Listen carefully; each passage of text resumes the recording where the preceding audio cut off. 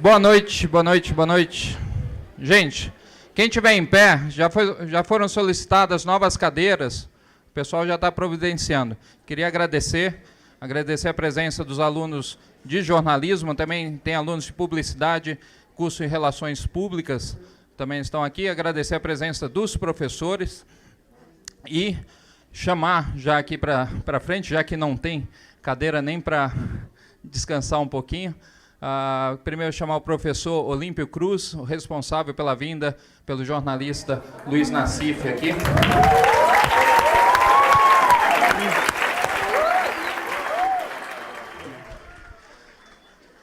E também chamar o jornalista Luiz Nassif.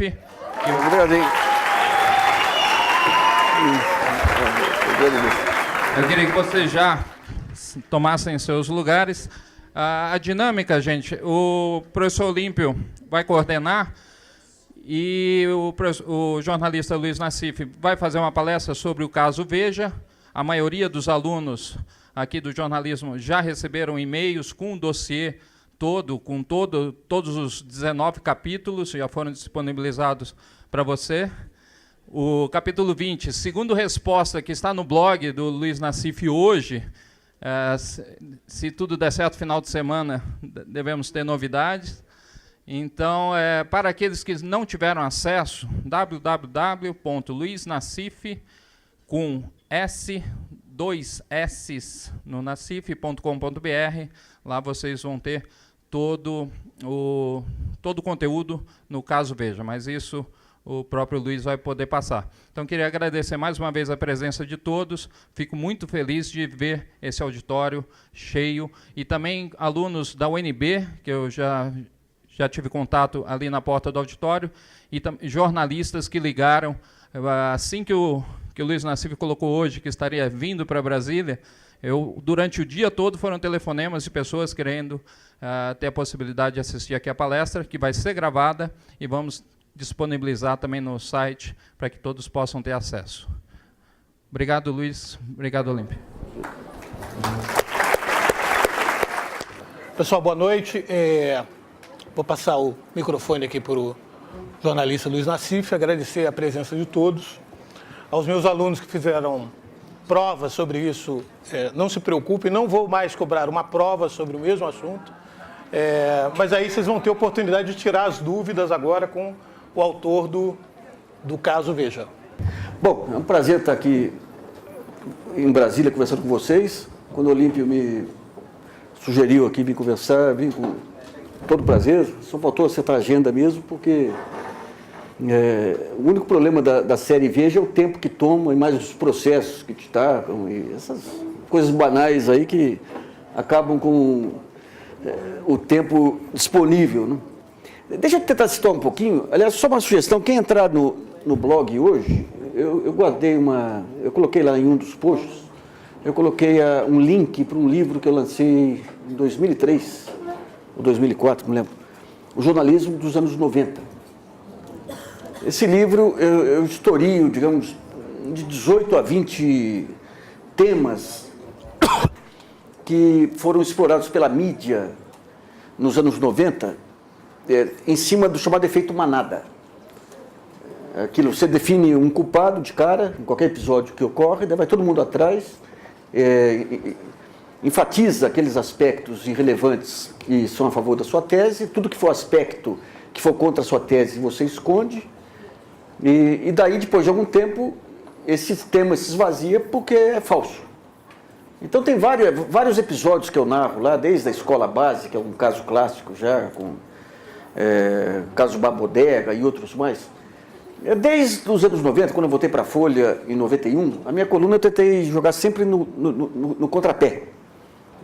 Por quê? Porque você não tem verdades absolutas. Sempre que você tem um tema qualquer, você pode ter 10 ângulos para explorar no tema, e você pode estabelecer ênfases diferentes também. Eu posso pegar uma tapioca e dizer que pagar R$8 por uma tapioca é o maior crime do mundo. Como eu posso dizer também que você dá um golpe monumental aí não é crime. Então, digamos, essa manipulação de ênfase acaba dando um poder para a mídia muito complicado. E foi algo que funcionou durante um certo período, porque antes da era internet, você tinha uma relação muito estática, muito parada com a imprensa. Quer dizer, no jornalismo convencional, o repórter sai, faz uma entrevista, ele já vai, em geral, dependendo do tema, ele já vai com o enfoque que vai ser adotado, seleciona aqueles temas ou aquelas informações que se adequam ao seu enfoque, publica, dá ênfase naquilo que ele escolhe como mais relevante e esquece o restante. E o leitor recebe passivamente. Recebe passivamente, eu acredito ou não acredito, em geral se acreditava. A mídia era um poder que tinha credibilidade, que foi gastando ao longo do tempo. E o que ocorreu, digamos, dos anos 80 e 90 para cá, é que a Folha, o último momento de competição que você teve na mídia foi quando a Folha, nos anos 80, entra com aquela de rabo preso com o leitor, campanha das diretas e tudo mais. A Folha dá uma reformada, sai na frente, assume a liderança desse mercado de opinião, o Estadão vai atrás, o Globo acompanha. A partir de um certo momento, o país fica muito complexo. Fazer jornalismo fica algo complexo. Era muito simples fazer jornalismo nos anos 80. Você cobria economia, você tinha um setorista no Ministério da Fazenda, um no Banco Central, um na Federação das Indústrias. Era muito simples cobrir a economia. Muito suficiente também, porque você tinha todo um Brasilzão que crescia ao largo aí de São Paulo, Brasília e Rio, que a imprensa não cobria. A partir dos anos 90 ficou complexo. O país mudou muito e o jornalismo passou a ter que correr riscos. Você tinha fenômenos ocorrendo, você tinha que interpretar aqueles fenômenos. Para não correr risco, o que o jornalismo começou a fazer? Efeito manada. Então tem um episódio qualquer, você vai cobrir, você não quer saber o que é aquele ângulo diferente. Você quer saber o que o outro jornal vai dar para você dar a mesma coisa para não ser cobrado, se não der. Então, digamos, esse efeito manada que explica os grandes erros jornalísticos dos anos 90. Então nós tivemos o caso de escola base típico, né? Você sai de cara, você tinha algumas informações iniciais, você não podia vacilar, você tinha que definir logo o resultado daquele jogo. O resultado era, o japonês era o culpado. Então, e por que o repórter entra nessa onda de ir com a maioria, mesmo se ele souber que está errado? Porque no dia seguinte você vai ter para cada jornal uma pessoa que vai ler todos os jornais e vai comparar a cobertura. Então, se você, repórter, nós temos um defeito aí que o repórter, que é aquele que entra em contato com a notícia, em geral é o iniciante, devia ser o mais experiente. Então, se o repórter, que é iniciante, ou que não é sênior pelo menos, ele vai lá cobrir a notícia, se ele tiver certo, se ele tiver errado, junto com todos os outros, ele não é cobrado. Se ele falar, olha, aquele caso lá, se teve bacanal com criança de 4 anos, se todo mundo disser isso aí, ele está absolvido. Se ele chegar e falar, pessoal, é um absurdo essa história de que teve bacanal com criança de 4 anos, ele é cobrado. Porque alguém vai chegar no dia seguinte e vai falar, por que você é o único que está falando isso? Você acha que você é o bom? Você deixou a gente em má situação, fica parecendo que nós estamos atrás de outros interesses.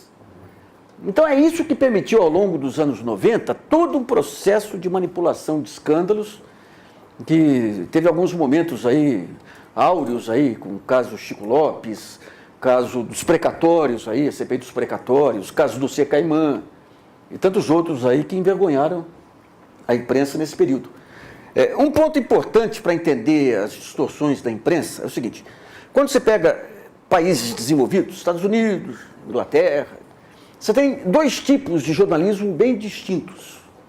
Você tem o jornalismo de opinião, aquele jornalismo que forma opinião, que é a chamada grande imprensa aqui. Esse jornalismo que forma opinião, ele tem que ser muito rigoroso nas suas informações e julgamentos. Ele é muito cobrado se ele dá uma informação errada. Ele pode ter opinião, o leitor pode discordar da opinião dele, mas ele tem que ser muito fiel aos fatos. Você vê nos Estados Unidos, cada vez que sai alguma informação sobre manipulação de matéria e tudo, o concorrente já põe o canhão na direção do jornal que fez a falsificação, porque eles sabem que a credibilidade é um ponto fundamental na imagem do jornal de opinião. Então, o escândalo, a marketização da notícia, o carnaval, fica restrito à chamada imprensa sensacionalista. Essa divisão é muito nítida. No caso do Brasil, nós tivemos nos anos 90, nos anos 80, sai a ditadura e começa a aparecer um novo personagem brasileiro aí, que é a opinião pública midiática, aquele pessoal que segue os jornais, que é a pessoa que faz a abertura da democracia, faz a campanha das diretas, é o pessoal que defende a abertura da economia e tudo mais. E quando você começa a criar uma opinião pública de país moderno, você tem um episódio que marca muito a imprensa brasileira de lá para cá, que foi a campanha do impeachment. A campanha do impeachment do Collor, até começar a campanha, talvez eu fosse o jornalista que o Collor mais detestava. Isso aí está no livro do Cláudio Humberto. Quando começou a campanha, eu pulei fora. Você começa um mês trazendo coisas, mostrando que o presidente estava cercado por pessoas suspeitas. Daí você passa mais um mês dizendo que o presidente era suspeito. E a campanha não acaba, porque a CPI continuava. Daí você passa um mês dizendo que o presidente era ladrão. Você chegou no máximo. Daí você tinha que produzir novidades, porque o jornalismo não adianta. Qualquer denúncia hoje, amanhã é velha. Então você começou a enveredar aqui em Brasília, principalmente por uma fantasia inacreditável, né? Que o Collor tinha supositório de cocaína, matava galo preto no porão do palácio, a mulher dele era sapatão. Não bastava ser uma perua convencional, tinha que ser... Porque isso aí nós chamamos, no jornalismo, do marketing da notícia. Você passa a tratar a notícia como um produto, então você quer dar aquilo que é mais atraente para o seu leitor. E daí você esquece o fundamental, que é a notícia ser verossímil e guardar relação com o fato narrado. Então isso levou nos anos 90 aí a muitos abusos. Vocês podem baixar o livro depois em PDF lá, que tem, eu narro esse histórico, esse negócio todo aí. A imprensa ela consegue, na campanha do impeachment, se transformar no maior poder do país. Ela derruba um presidente da República. E você tem até 95 a imprensa de opinião não crescendo. As empresas viram grandes empresas, as tiragens aumentam substancialmente, ser jornalista passa a ser um membro do poder, você tem poder de fuzilar, tudo em nome da democracia, em nome da transparência, você pode fuzilar quem você quisesse, porque você era absolvido em processos e tudo mais. A partir de 95 você começa uma queda da tiragem dos jornais de opinião, do jornalismo de opinião. Por quê? Porque você começa a confundir tanto jornalismo de opinião com a imprensa sensacionalista, que o leitor olha e fala, ué, elas por elas eu prefiro ir para o jornal sensacionalista. Então você tem em todos os jornais, você pega a Folha, o Agora cresce a tiragem e a Folha cai. No Rio, o Extra sobe, o Globo cai. Então você começa a perder a presença aí da imprensa de opinião, passa a perder o peso. E passa gradativamente a perder credibilidade com essa sucessão de escândalos vazios que eu narro nesse meu livro aí. Em 99 nós tivemos um episódio complicado, que foi aquela mudança do câmbio.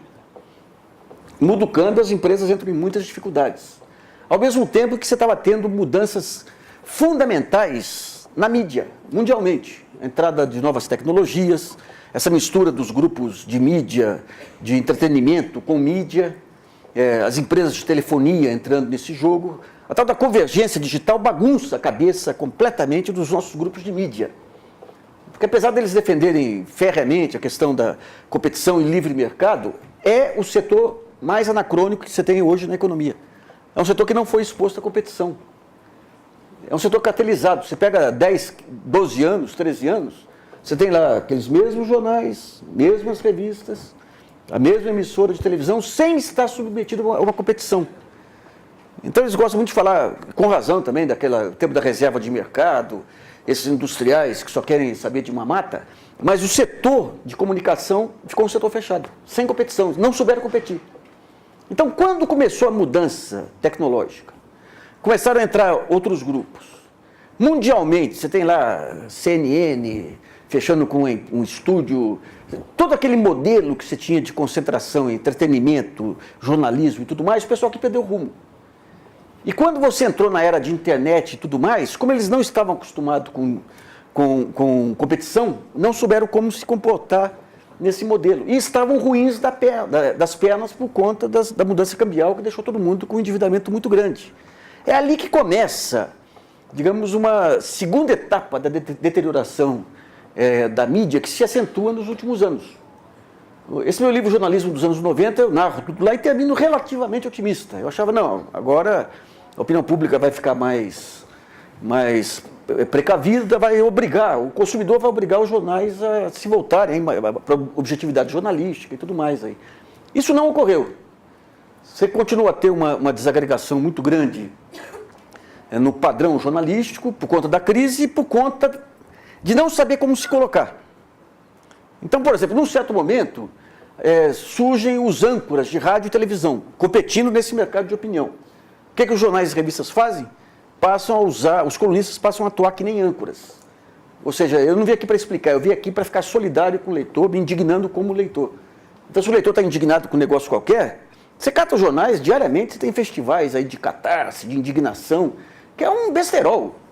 Você não pode ficar indignado com nem o leitor. Se o leitor está indignado em relação a algum tema qualquer, você tem que saber a razão da indignação e trazer informações, explicar e atuar analiticamente sobre isso, né? E depois vem a internet com aquela rapidez de informação, notas curtas. O jornal, para competir, começa a soltar notas que nem a internet, que também é uma... Você está concorrendo com o inimigo, onde o inimigo é superior. Então, se antes você tinha os jornais que eram diários e as revistas semanais que consolidavam e acrescentavam sobre a informação diária, agora as informações são horárias. Então, o jornal ele teria que se aparelhar para conseguir definir aí, organizar aquelas informações do dia anterior, e não se aparelhou. Então, digamos, a superficialidade que você tem, digamos, nos sites de notícias da internet, os jornais passaram a ser uma continuação desses sites de notícia. Tem outros fenômenos que ocorrem nesse período aí também, que num certo momento, surge uma novidade jornalística nos Estados Unidos, que era um barco furado, mas foi encampado aqui pela nossa imprensa, que é esse chamado estilo neocon. Esse linguajar agressivo, vagabundo, te dá um pé na bunda. É uma coisa horrorosa, mas foi visto aqui como a última novidade jornalística. Deu certo nos Estados Unidos, vai dar certo aqui. Então, você teve já nos anos 70, o Brasil ele sempre, você tem um padrão, principalmente a Editora Abril, ela sempre seguiu ondas que ocorriam nos Estados Unidos, ela transportava para cá, e muitas vezes deu certo. A própria Veja, nos anos 70, foi um exemplo bem sucedido de transporte aqui de um modelo de revista americano. Esse negócio do marketing da notícia, de você pensar como que vai ser a notícia, depois preencher os pedaços com declarações, isso a Veja praticava desde os anos 70. Agora, quando começa, então, os últimos anos, aí você tem, primeiro, essa insegurança dos jornais, de como se... Os jornais que eu digo, da grande imprensa, daí entra revistas e tudo, de como se comportar nesse novo mundo que estava vindo por aí. Problemas financeiros, que acabaram fazendo com que eles partissem para chamados interesses cruzados aí. O ombudsman da Folha, o Mário, na carta de despedida, ele falou, infelizmente não deu tempo de explorar mais essa questão dos interesses cruzados, que é outro ponto complicado também.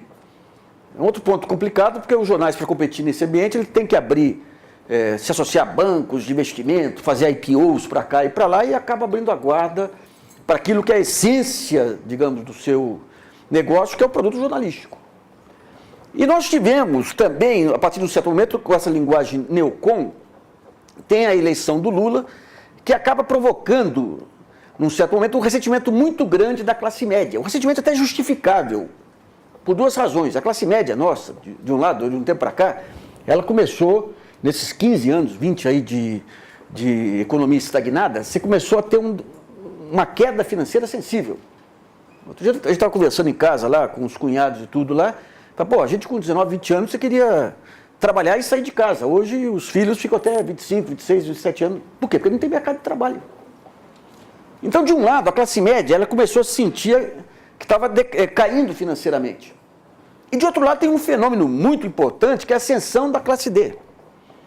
Que é um fenômeno, digamos, é um fenômeno demográfico mais relevante que você tem. Isso vai mudar a face do Brasil. Mas num primeiro momento você tem um conflito. Porque o cara da classe média, ele vê ele decaindo financeiramente e decaindo em termos de status. Porque você tem um pessoal de baixo que está subindo.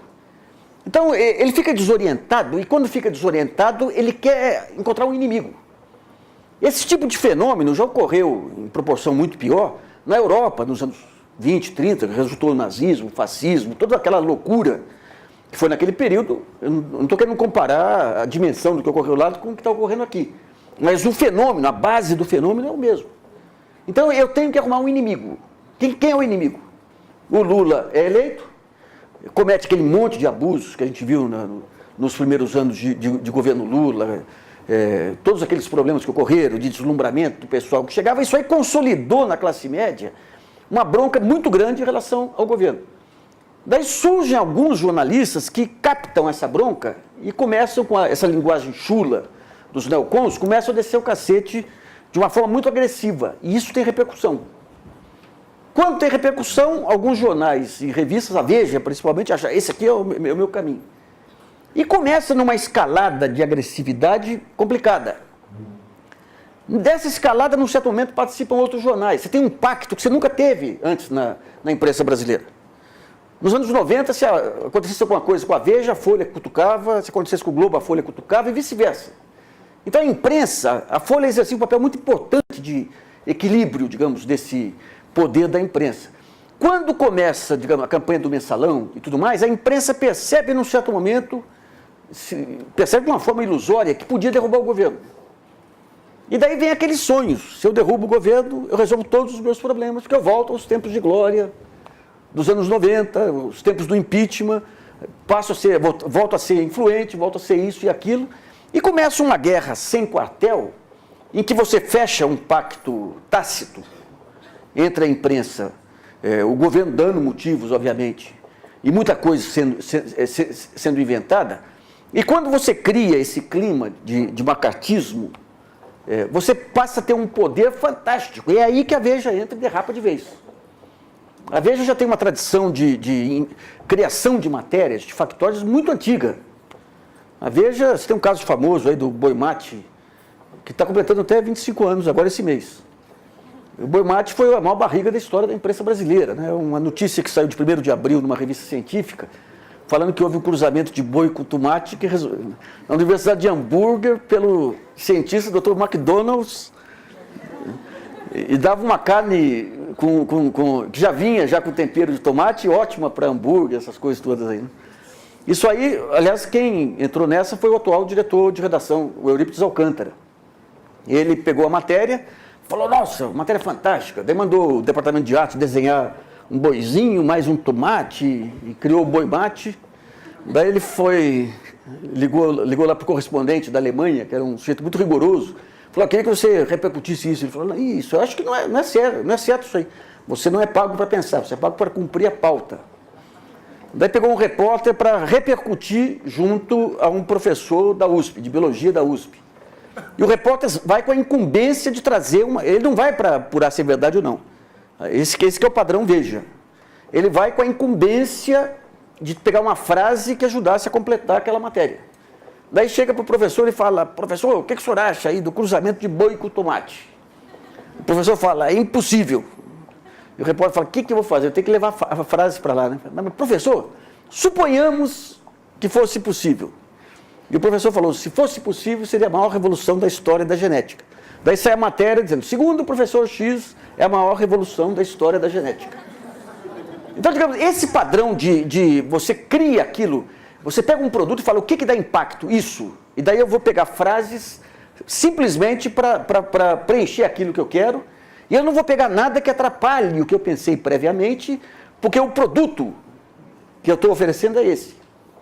Então, isso aí, a Veja, ela a partir de um certo momento, ela casa, digamos, esse estilo ficcional dela, casa um outro aspecto, que é esses pactos com grampeadores, donos de dossiê e tudo, que é uma coisa que já vem dos anos 90 aqui, muitos abusos. Qualquer lobista vinha com uma fita gravada, virava manchete.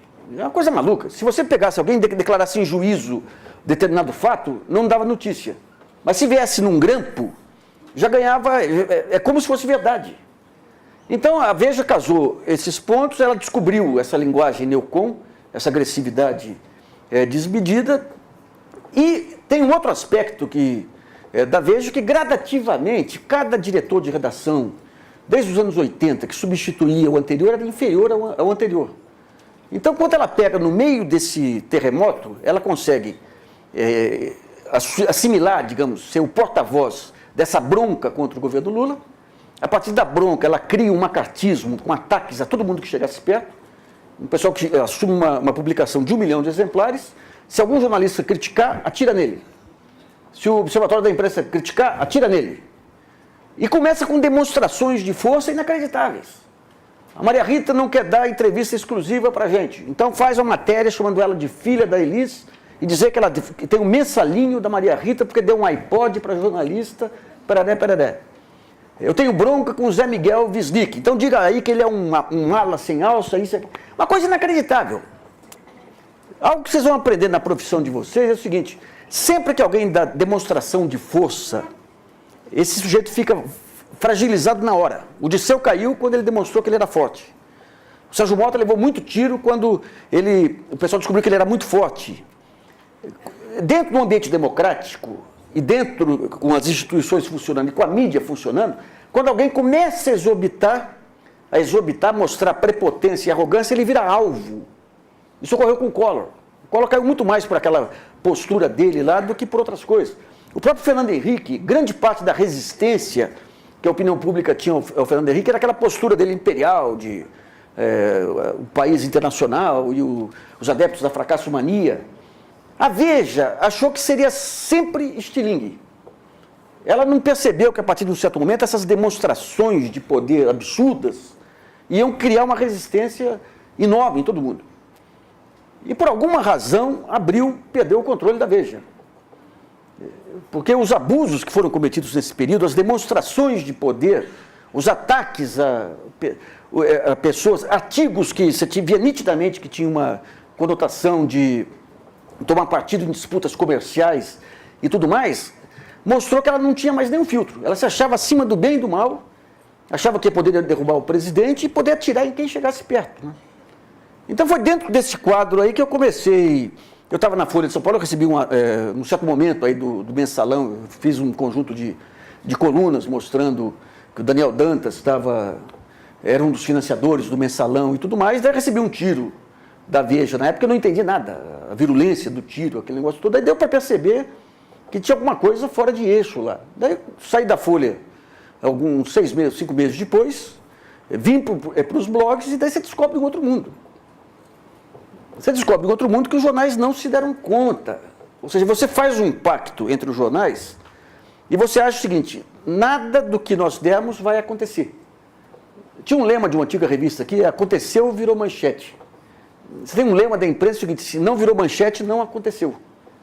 Então, quando todo mundo faz um acordo e fala, nós só vamos publicar aquilo que fizer parte desse acordo, você dá uma sensação de poder para os diretores de redação muito grande. Eu posso fazer o que eu fizer aqui, Veja, eu posso fazer o que eu fizer, o absurdo que eu quiser aqui, porque a Folha não vai pegar no meu pé mais, como pegou em outros momentos. Então dá uma sensação de impunidade fantástica e não perceberam que tinha um bicho surgindo aí ganhando corpo, chamado internet e blogs. Então é como se você fizesse, digamos, se tem uma cortina aqui, separa 3 pessoas, aqui tem um vaso de flores aqui, daí você fica apertado e fala, deixa eu fazer pipi no vaso aqui, ninguém está vendo. Daí abre as cortinas e está todo mundo olhando. No fundo foi isso que aconteceu. Já nas eleições, quando começaram a forçar muito a barra, mesmo. Ali ficou algo nítido, que a imprensa ela queria assumir o papel de partido político. Coisa que ela não pode ser. Ela tem que ser mediadora. Se você tem conflito entre os diversos partidos, a imprensa tem que ficar acima. Ela tem que saber elogiar o que é elogiável e criticar o que é criticável sem tomar partido. Mas ali foi feita aquela aposta na queda do Lula, ou foi feito todo aquele carnaval com algumas matérias corretas e muitas inventadas. Os tais dólares de Cuba, o dinheiro das Farc, coisas nitidamente inventadas. Você tem algo em jornalismo que é o primeiro teste que você faz para ver se uma notícia é correta, é o teste da verossimilhança. O que é isso? É saber se esses fatos narrados é possível que tenham ocorrido, independentemente de você ver provas. Você fala, isso faz sentido? Se não fizer sentido, você descarta. Se fizer sentido, você vai ver se tem as provas. Se não tiver as provas, você constata que o cara chutou. Mas tem sentido. O que ocorreu nesse período com a Veja foi matéria sem sentido. De repente você pega Cuba, um país quebrado, você compõe uma capa em cima em que a única testemunha era um cara morto. Nunca vi um negócio desse. Um cara morto. Daí você supõe que vem um dinheiro. Cuba tem uma tradição, o tempo que ela tinha dinheiro, tinha uma tradição de apoiar outros países com dinheiro. Você tem todo um know-how mundial hoje, através de doleiro, coisa mais simples do mundo. A Cuba tem umas trades lá no Panamá, manda fazer uma transferência através do doleiro X. Você, para fazer jornalismo e reportagem, você tem que ter uma noção de mercado financeiro, você tem que ter uma noção desses esquemas. Se você não tiver, você chuta. Então você monta uma matéria dizendo que vem dinheiro de Cuba. Você vê, um momento que tinha ocorrido aquele caso Lunos, da Rosane Sanei. Acabou a candidatura dela porque encontraram dinheiro lá na sede da campanha dela. Você imagina, dentro daquele rolo danado, a campanha do PT entrando dinheiro que não acabava mais, porque o Lula já estava praticamente vitorioso lá. Você imaginar que vem um dinheiro de Cuba, através de um personagem aqui cubano, que é o mais conhecido deles aí, e o dinheiro guardado em garrafas de bebida. Tenta imaginar 1,5 milhão ou 2 milhões de dólares em eram 4 caixas, eu acho. Em 4 caixas de bebida. Eu ia até fazer um teste, eu tenho 2 filhas pequenas, até ia fazer um negocinho com elas lá, pegar um monte de nota de R$1 e apostar quantas notas que elas iam conseguir colocar em garrafa. Uma coisa sem nenhum sentido. Daí essa encomenda passa pelo aeroporto de Brasília, assim de Polícia Federal, vem em direção a Congonhas, assim de Polícia Federal. Daí tem um problema qualquer, vai para Viracopos, de Viracopos vem para onde? Para a sede do PT. Logo depois do caso Lunos, ou seja, algo que não era verossímil. Isso aí vira manchete, isso aí vira capa. E daí a Veja entra num crescendo. Aquela capa com o pé no traseiro do presidente, perde a noção. Você entra num campo de catácia, aí num campo de baixaria, mas que nem notícias populares ousaria fazer, né? Só que como você tinha um pacto em torno dos jornais, você achou que todos os abusos seriam permitidos.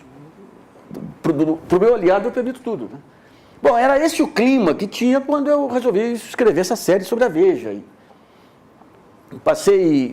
A Veja ela passou a utilizar uma coisa também inédita em termos de imprensa. Ela contratou 2 pessoas com a função, uma delas já estava contratada e deu a função de atirar em quem chegasse perto. Um é um blogueiro, o outro é um colunista, e atirar em que termos? No mais baixo nível possível. Chega perto, se o Observatório da Imprensa faz uma crítica, fala, olha, eu pus uma marca do meu sapato na bunda rechonchuda do fulano de tal, que é um senhor de 70 anos. Que nem é. Então, digamos, esse tipo de baixaria que a Veja passou a utilizar, isso aí foge de qualquer parâmetro que você imagina em termos de imprensa, de opinião, no mundo. Não tem isso. Tabloide inglês talvez tenha. Então, eles passam a usar a internet para esse tipo de ataque desqualificador. Vários jornalistas de Brasília são atingidos assim. E por que isso? Porque eles sabiam que estavam fazendo um jornalismo porco, um jornalismo de 5ª categoria, e não queriam dar nenhuma chance para que jornalistas viessem e criticassem. Então, além desse pacto tácito entre redações, houve esse trabalho de intimidação. Ataca fulano de tal, ataca Beltrano, ataca ciclano. E o que aconteceu quando vieram os ataques? A imprensa se acovardou, não defendeu os seus. Então, isso você quebrou a espinha dorsal de qualquer pensamento independente em termos da mídia. Quando eu saí da Folha e comecei em blogs, tudo, deu para perceber primeiro o quê? Que você tinha um outro universo ali. Um universo crescente, mas já com uma capacidade de disseminar informação muito grande. Eu precisava passar um tempo até ganhar o domínio do blog. O que é ganhar o domínio da ferramenta? Não é apenas você colocar o comentário, é você interagir com o leitor, entender como que você cria o caráter do blog. Tem blogs aí que são... O cara ele quer aquele negócio de catarse, pode xingar todo mundo. Tem blog que você quer discussão. Então você tem que criar a comunidade e levantar coisas sobre a Veja. Essas coisas são as próprias matérias da Veja, né? As reportagens da Veja. Quando eu soltei a série...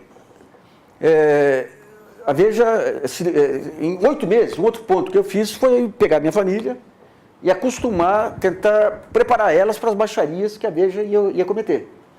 Então tem esse blog é uma coisa inacreditável. Você te chama de frequentador de sauna, te chama de achacador, é uma coisa inacreditável. É coisa que você encontra de vez em quando em alguns botecos, assim, de madrugada, vem aquela pessoa com brincos e tudo assim, começa aquelas baixarias, é desse nível.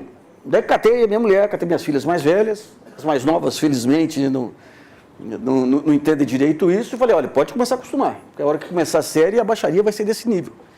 Então foi um trabalho psicológico para preparar a família, porque eu sabia que não tem limite. Digo para os senhores, não tem limite. Quando você vai falar de Globo, Folha, Estadão, você pode ter... Eu tenho muitas críticas aí ao modelo editorial, mas tem limites. Limites simples, é o seguinte, você não pode difamar. Você não pode chegar num blog e colocar ofensas que você não coloca em bate-boca de boteco. Coisa simples. Daí eu fui preparando a família. Cada vez que eu dava uma cutucada, daí começou o ano passado um macaquismo terrível, campanha contra professoras da USP que estavam fazendo pesquisas com drogas, chamando elas de traficantes, aquela campanha contra os livros didáticos, uma coisa horrorosa, macaquismo da pior espécie, mas da pior espécie. Eu digo para os senhores, nem no tempo da ditadura eu senti um clima tão pesado, tão disforme quanto esse dos últimos anos. Daí fui juntando as informações, a família foi se preparando, e num certo momento eu falei, vamos soltar a série agora. Comecei a soltar a série, a Veja ficou sem reação, não sabia se me atacava, tentaram levantar coisas. A série foi muito importante pelo seguinte, quando eu solto a série, eles resolvem me processar. Quando resolvem me processar, a revista não pode mais cometer esses abusos de jogar notícia distorcida ou tentar transformar em escândalo o que não é escândalo. Então eles passaram a usar o blog para esses ataques. Daí fui soltando a série, tendo confiança que ia ter uma disseminação ampla, por dois motivos. Primeiro que o sistema de blogs hoje é um sistema que é interrelacionado. Você solta uma coisa aqui, o outro repete ali, o outro repete acolá. E segundo, sabendo que o tema Veja era um tema que estava na garganta de muita gente, o pessoal mais esclarecido desse país. Vocês todos estão aqui, pode ter certeza que se não fosse Veja, vocês não estavam aqui não. Eu estava aqui tocando meu bandolim aqui com o pessoal de choro e tudo mais aí, né? E o que ocorreu nesse período foi isso, foi muito da série que quando eu comecei eu não tinha os capítulos prontos, eu tinha o primeiro e o segundo. Muita coisa eu fui recebendo de leitores, muitas pesquisas os leitores me ajudaram e começaram a disseminar a informação. Então hoje a série tem 800 blogs linkados a ela. Se você entrar no Google e colocar Veja, o segundo link é da série. Por quê? Porque é um grupo de blogueiros aí, minha mulher que brinca aqui, o Exército das Profundezas, que surge assim, que nem aquela trilogia do Anel lá. Os blogueiros, eles têm um truque lá que se você colocar o nome, por exemplo, Veja, e colocar o link para a série, quanto mais link você colocar, mais você sobe no Google. Então, digamos, o apoio que eu tive foi esse. Então você vê que na imprensa saiu uma materinha, a matéria, aliás, falando desse movimento do Google Bomb, que chama, não teve uma nota sobre isso. A Veja, ela investiu contra mim no mesmo modelo, guardado as proporções, da Igreja Universal contra a Folha, abriu 4 processos para tentar me exaurir financeiramente e em tempo também. Os jornais não deram uma linha e o tema hoje é um tema nacional por conta do quê? Da internet, dos blogs e da Veja. Bom, isso era isso que eu queria para a gente começar a bater bola aqui e deixar a bola com vocês também. Muito obrigado pela atenção aí. E, gente, entrando no blog hoje do Luiz Nassif, tem lá uma pergunta, quem que vai pagar a vinda dele aqui? E eu, como coordenador do curso de jornalismo do IES, falo, ninguém pagou nada para o Luiz Nassif estar aqui. A minha resposta foi que não tem nada que pague o prazer de falar para jornalistas e tentar convencê-los que o jornalismo não é isso que está aí.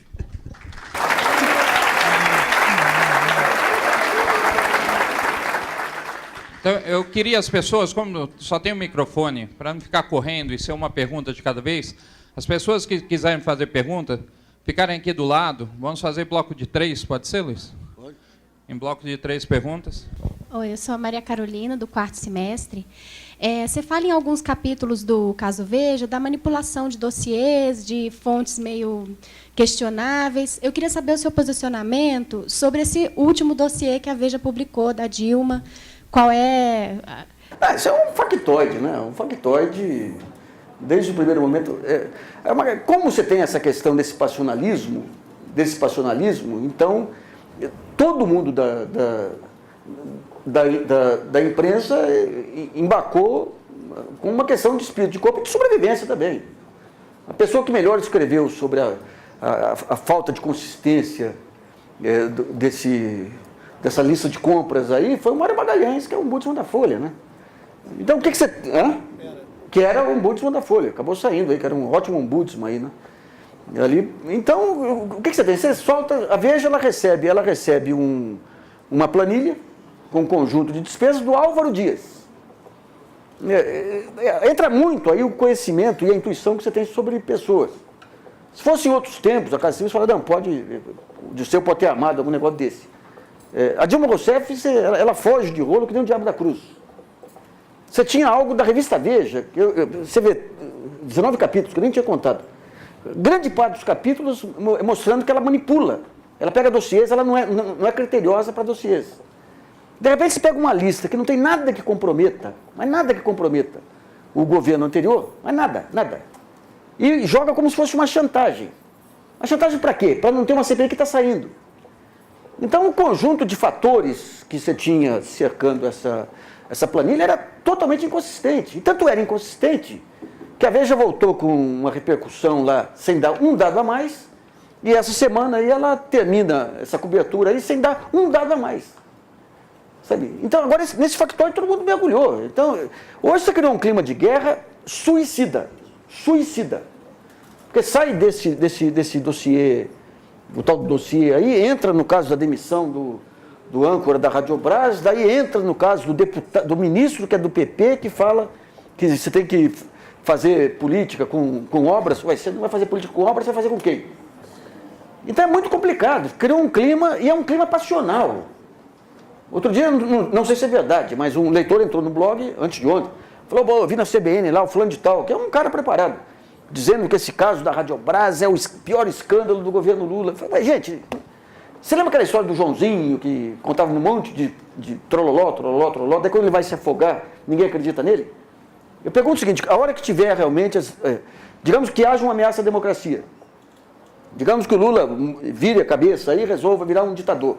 Você acha que a imprensa, alguém vai acreditar na imprensa para a imprensa ser um poder moderador contra esses abusos? Então, quando você não tem critério, você vai gastando transforma tudo em escândalo. Gente, mas não tem nem sutileza mais. Aquele negócio da tapioca lá é uma coisa ridícula. Mas tão ridículo que de repente se descobre lá os gastos do governo de São Paulo, e daí não tinha jeito, daí você tinha que mostrar a isenção. Daí começa a falar lá do ursinho de pelúcia, começa a falar da maquiagem. Meu Deus do céu, não tem... Olha, esse episódio da tapioca, dos gastos corporativos do governo federal e do governo de São Paulo, a hora que juntar, não vai dar um caso de escola base, vai dar um FEBEAPA, aquele festival de besteiras que assola o país, né? Mas de repente você quer fazer escândalo por tudo, então a tapioca serve o que mais que tinha lá? As bailarinas. Compraram 20 bailarinas, que eram um objeto de enfeite, aí acharam que eram bailarinas de verdade, que você comprava lá, bailarina. Então você perdeu o senso do ridículo, não estamos nem falando mais de... Perdeu o senso de notícia, você perdeu o senso do ridículo, sabe? E esse dossiê faz parte disso também. Sabe? Nassif, eu sou a Carolina, do 3º semestre. Quando o professor Olímpio mostrou para a gente um dos capítulos do dossiê, que você... Ai, meu Deus, fugiu a palavra. Mas tinham trechos, você reproduzia trechos do blog do Reinaldo. E, assim, é assustador. Você falou de tudo que a Veja faz e tal, é surreal mesmo. Surreal. É difícil de acreditar. Aí você mostrou, reproduziu aquilo e a gente ficou assustado. E até muita gente na sala falou, meu Deus, mas não devia ter reproduzido, como se fosse algo até que você tivesse falado. Como você faz para ter essa sintonia fina, assim, para não entrar no senso comum de ser o Reinaldo contra o Nassif, ou o Nassif contra a Veja? E se você acha que, se você não fosse o Luiz Nassif, mas fosse a Folha, ou fosse qualquer outra empresa, se mudaria a visão das pessoas do que você está fazendo? Não, em relação a essa questão de um contra outro, eu nunca considerei ele como o adversário. Quando ele começou com os ataques lá atrás, eu deixei bem claro lá, falei, olha, a hora que eu tiver que brigar é com o chefe dele, não é? Se o cara manda alguém atirar em você, você não vai brigar com o pistoleiro. O pistoleiro está cumprindo o papel dele lá, que você vai brigar com o chefe dele, né? Essa questão de, se eu fosse a Folha, não ia conseguir publicar nada. Isso aí não, a Folha... Em alguns momentos eu consegui fazer críticas pontuais a erros de imprensa, muitos erros da Folha. Eu tive muitos problemas aqui com a própria sucursal da Folha, aqui em alguns episódios dos anos 90, aí, sabe? Os precatórios foi um caso típico. Os precatórios, quando começou a cobertura aqui apontava tudo para um pequeno banco do Rio de Janeiro, e eu acompanhando, lá de São Paulo, lendo o material, eu percebi que era o Maluf. Era o Maluf, era Gilberto Miranda, eram os senadores, era uma coisa muito mais ampla. O banqueiro era um mero testa de ferro, lá na fase final do processo, né? Eu tive problemas aqui enormes, inclusive eu tive até uma pequena pinimba com o Franklin, que era editor do Globo na época lá, porque as repórteres ficavam indignadas de alguém de fora vir invadir a área. Eu vou dar um exemplo, o seguinte, talvez se eu publicasse numa revista, eu resolvi publicar em blog. Para você penetrar nesse mundo da grande imprensa, do jornalismo de opinião, é muito complicado. Porque aquele negócio, se não sai na Folha, no Estado, na Veja, não acontece. Agora, eu achei que ia acontecer no blog, e aconteceu no blog. No blog, qual a diferença em relação ao que eu teria escrito na Folha? Jamais eu teria tido a liberdade que eu tive para... O blog, você é dono do jornalista. Você tem que ser responsável por aquilo que você escreve, obviamente, mas não tenha os interesses específicos entre empresas, não entra no jogo, né? Agora, eu acho que eu consegui, com o blog, entrar nesse mercado de opinião, principalmente em função da resistência geral que tinha contra o jornalismo da Veja, sabe? Eu não sei se era isso que você tinha perguntado. É isso? Então tá bom. Boa noite. Eu queria saber de que forma você pretende se defender, você que está no papel de atacado, né, pela imprensa, queria saber de que forma você pretende se defender disso e o que você pode dizer para uma pessoa, por exemplo, um cara que não é jornalista, que está sofrendo ataques, como ele poderia se defender disso e de que forma isso contribui para uma imprensa livre sem estar arraigada com esses conflitos de mercado. Tá. Não, quando você recebe um ataque com difamação, injúria e tudo mais, lá a única saída é ir para a justiça. Não tem outro jeito. A Veja, se você for pegar a quantidade de ações que foram abertas contra a Veja, é muito grande. Muito grande. Se você for pegar as condenações da Veja, muitas condenações. Se for pegar o valor das condenações irrisórias.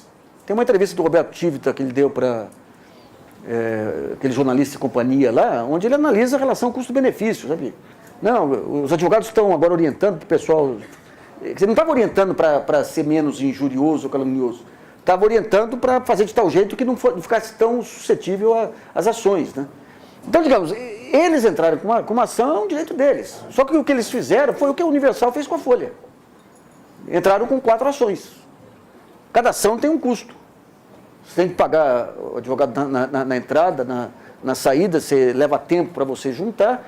Então, o que eles quiseram fazer foi isso. Coloca um blogueiro com todas as baixarias possíveis, você vê. As ações são em relação a notícias que saíram em blogs. Então, eles acham que o blog tem eficiência para poder atingir a imagem da revista. E coloca um blogueiro para baixaria monumental. E é uma briga, digamos, eu jamais entraria nesse estilo de catarse, de escatologia do blogueiro. Mas o blogueiro, ele pode me atacar, como o outro, Mainardi e outros aí fazem, porque abril garante. Aí entra uma diferença de poder econômico monumental. Você pode atacar porque eu garanto, aqui se você for condenado eu banco. Faz uma relação custo-benefício, o que eu ganho com esses ataques? Eu fico super poderosa. Super poderosa. Eu fico temido aí por empresários, por juízes, por jornalistas. O que eu perco? Se perder 50 mil reais aqui, eu banco. Então, eu diria o seguinte, quando você entra, a sentença do juiz não é para dar dinheiro para a vítima, é para evitar a repetição desses ataques. Só que no caso da Veja não aconteceu. O que ela ganha com esses ataques é muito mais do que o que ela paga. Então, quando se discute hoje lei de imprensa e tudo, fala em liberdade da imprensa, nós precisamos rever isso aí.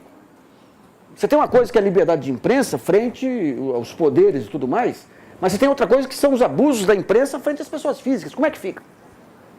O sujeito tem casos lá, o cara lá de Itaipu que foi acusado de ser ladrão, fulano que foi acusado disso. Os ataques que eu estou sofrendo hoje aí dessas baixarias, que são tão baixos, mas frequentador de sauna, cara que roubou cunhado, cara... Inacreditável. Como é que faz se não for justiça?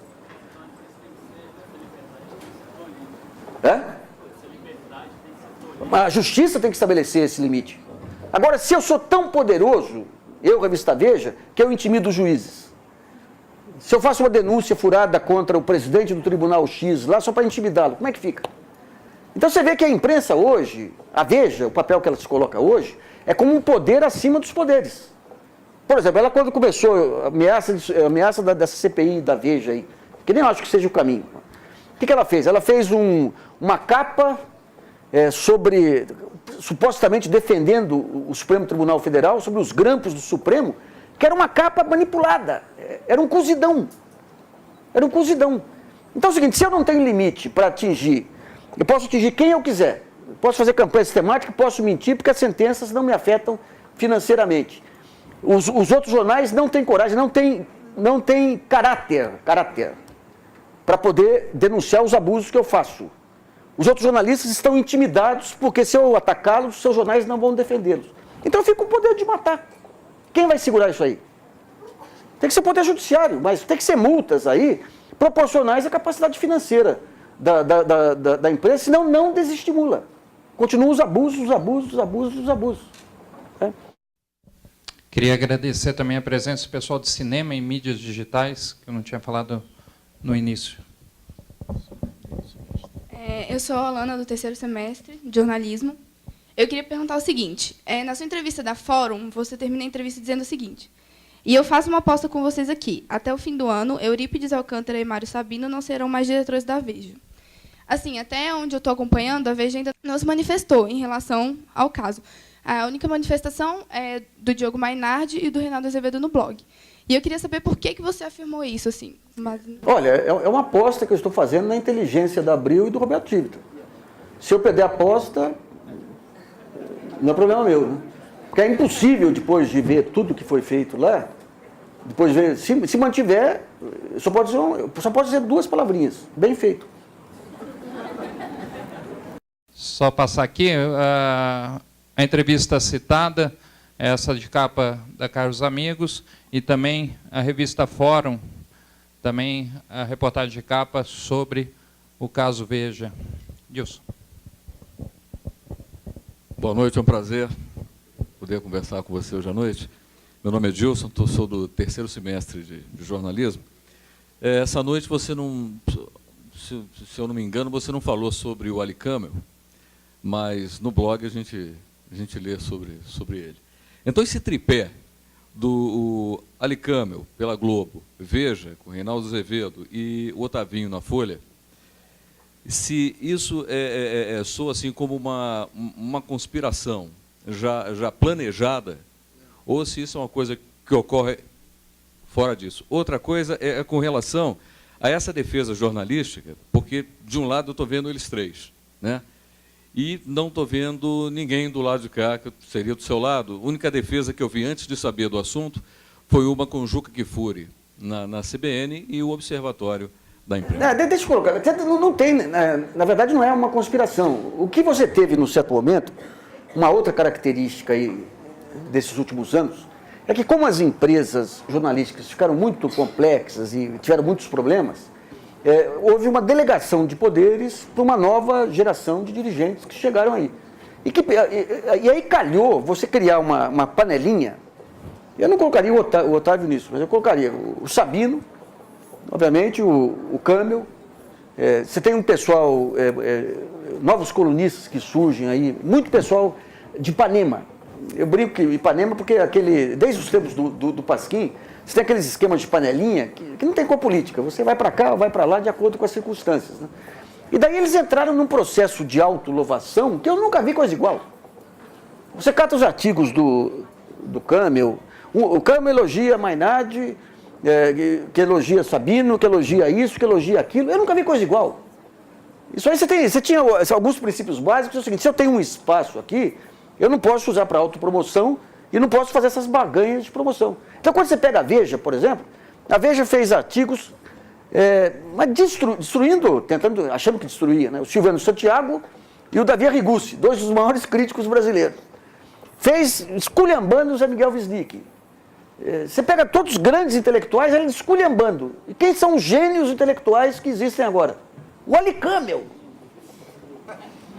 E o Mainardi, que é apresentado como oráculo de, não sei de onde, de Ipanema, ou do Leblon. É inacreditável um negócio desse. E o Sabino, ele faz um livro, ele pega o subordinado dele e fala, você vai fazer a resenha do livro. Daí o subordinado fala, o livro é uma maravilha. Daí o Sabino, ele que edita lá. Então ele coloca lá a foto dele com aquele ar pensativo dos grandes pensadores da humanidade e tudo mais, se elogiando. Daí lança o livro, faz um acordo com a Record, que põe cartaz de rua, o livro não vende. 3 semanas depois, o que ele faz? Pega a seção dos mais vendidos da Veja e diz o seguinte, não, a partir de agora a crônica não é mais ficção, passa a ser não ficção. E tira da lista de crônicas a Lia Luft, Luiz Fernando Veríssimo, um monte de campeões. E daí o que acontece? A conta não fecha. Daí ele tira a Editora Nobel. Daí, depois de tudo isso, o que acontece? O livro dele entra em 10º lugar. Então, isso é algo inédito que você tem em termos de imprensa. Você pega, por exemplo, jornais nos Estados Unidos, na Inglaterra, se um jornalista lança um livro, ele não é resenhado no jornal.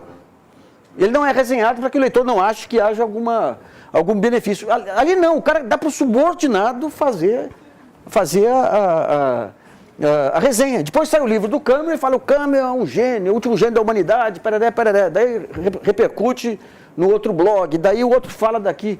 Então você criou uma panelinha ali, uma panelinha de pessoas que não se conformaram apenas em ser diretores. Eles quiseram ser a nata da intelectualidade com aquele nível.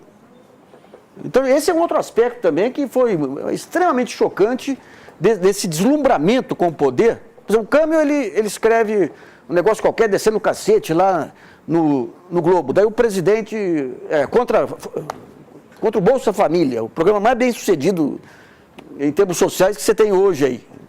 Daí o presidente reclama tudo, daí ele fica deslumbrado, porque o presidente respondeu a mim, pereré. O Sabino é a mesma coisa. Esse Mainardi, quando a Hebe disse que ele era uma gracinha, ele ficou encantado, rapaz. O Fernando Henrique, que é um grande gozador, ele perguntou qual o time do Fernando Henrique torcia, e o Fernando Henrique falou, poxa, olha, essa pergunta, a primeira vez que uma pessoa me faz uma pergunta dessa. O cara encara como elogio e coloca na crônica dele. Então casou, digamos, de ter uma geração. Se pegasse os grandes capitães aí de redação antes, Evandro Carlos de Andrade, Cláudio Abramo, tudo, eram pessoas que tinham luz própria, mas eles não entravam na linha de frente. A própria Globo tem lá o Schroeder lá e outros lá que são profissionais competentes e tudo, que não vão para a linha de frente. Mas de repente você faz um pacto entre esse pessoal de autoelogio, de tentativa de levantar, de transformar em intelectual, que é, mais uma vez, abuso de poder, né? Então é isso aí.